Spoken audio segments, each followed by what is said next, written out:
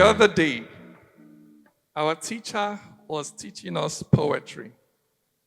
And he said that as white as snow is the classical example of simile. I looked out of the window at the dry Hamatan wind blowing till he said, "You," meaning me. "You seem distracted. Oya, give us an example of alliteration."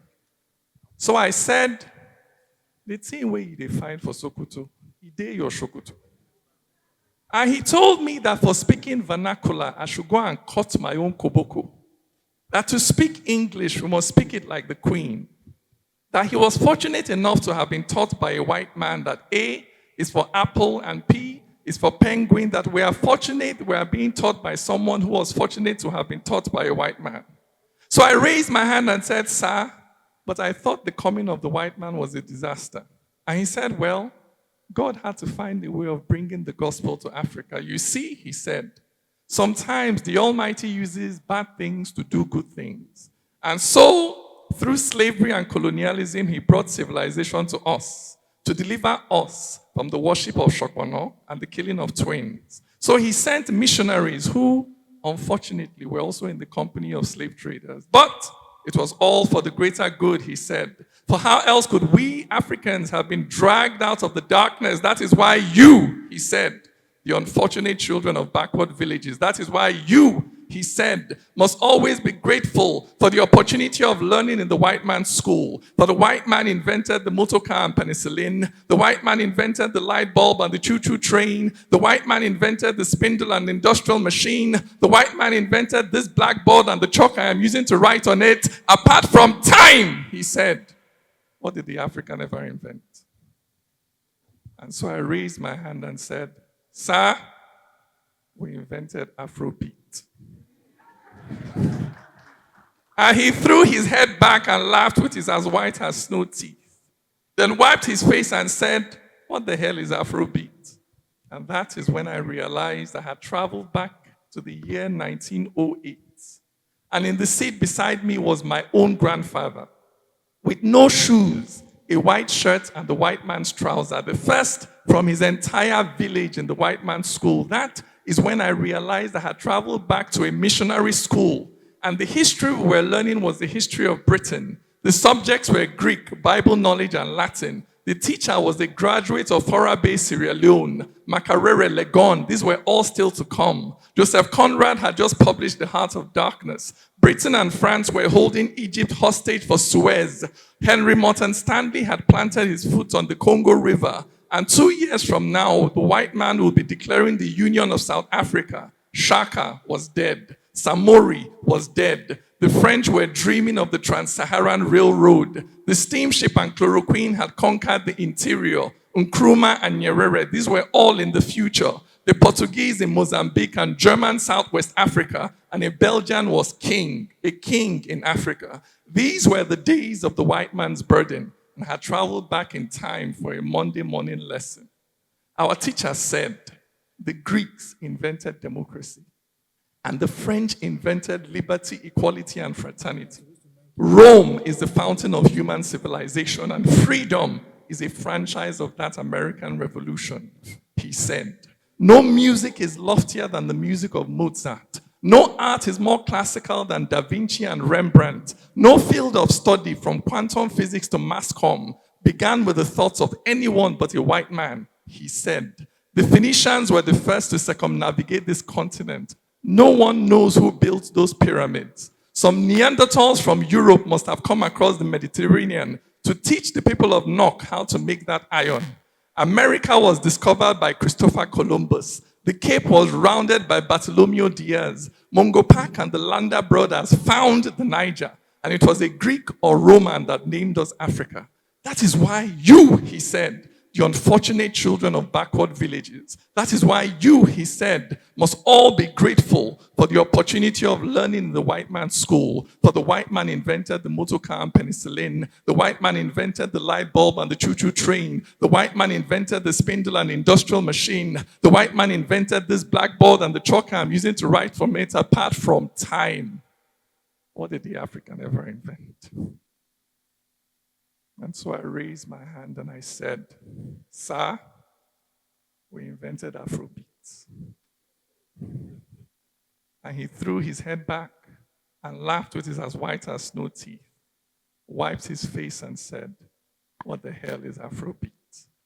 And that is when I knew that our greatest need is not for roads and bridges, brick and mortar, not for ports and railways. That is when I realized that our greatest need is to raise consciousness. So I raised my hand and said, "Teacher, no, they teach me nonsense." That's in tribute to the immortal fella. Teacher, teacher, being a lecturer be your name. The miseducation of the African. When do dreams die? They die on a Sunday with the bullet-riddled body of Sylvanus Olympio. When do dreams die? They die on a Tuesday with Shombe standing over the corpse of Lumumba. When do dreams die? They die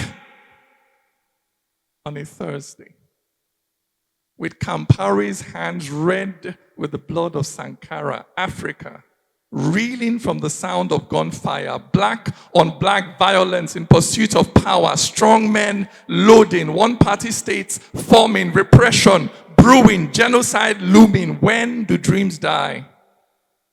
They die on a Friday with a single shot from Ifeajuna's gun through the heart of May Mallory. When do dreams die? They die on a Saturday with Tom Mboya cut down on the streets of Nairobi, Africa, reeling from the sound of gunfire, black on black violence in pursuit of power, strong men loading, one-party states forming, repression brewing, genocides looming. Where do dreams die? They die in Yamoussoukro. Where do dreams die? They die in Badolite. Where do dreams die? They die in the iron fists of dictators.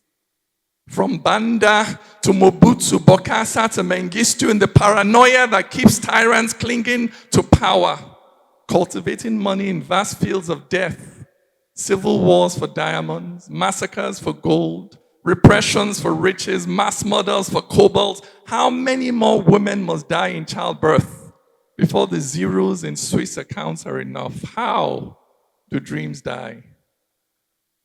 They die for want of oxygen in tertiary hospitals, lack of regulation of secondary markets, roofs caving in on primary schools, while gold-domed mosques and shining basilicas rise to the faith of the supreme leader, but no industry outside sycophancy. No economy beyond kleptocracy, billionaires made from suitcase companies, adept only in mining licenses, drilling oil out of the heart of Africa in exchange for mansions in the capitals of the former colonial masters. Why do dreams die? They die because the freedom fighter, fresh from the field, sits on the throne of his former oppressor. All the people bowing down, all the people bowing down, and thinks to himself, why change a thing?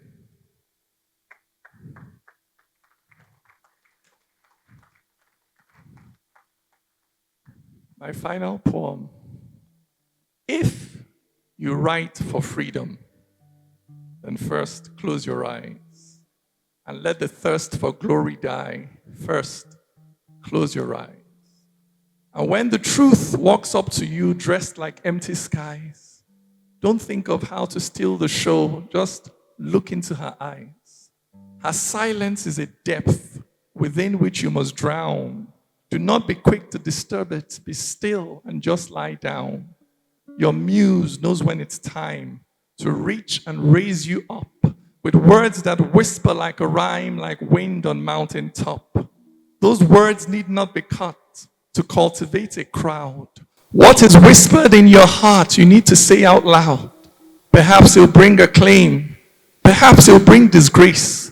But when a man has walked his way, he smiles before he slips. For the greatest praise of all is not the loud encore, is not the great applause, not frenzied shouts for more, but knowing inside you that heart and mind are one, that you've said all you came to say, that your work here is done. And when you find that place, you know you found your voice, your fear of them at last cast off. Tonight, you're truly free. Thank you.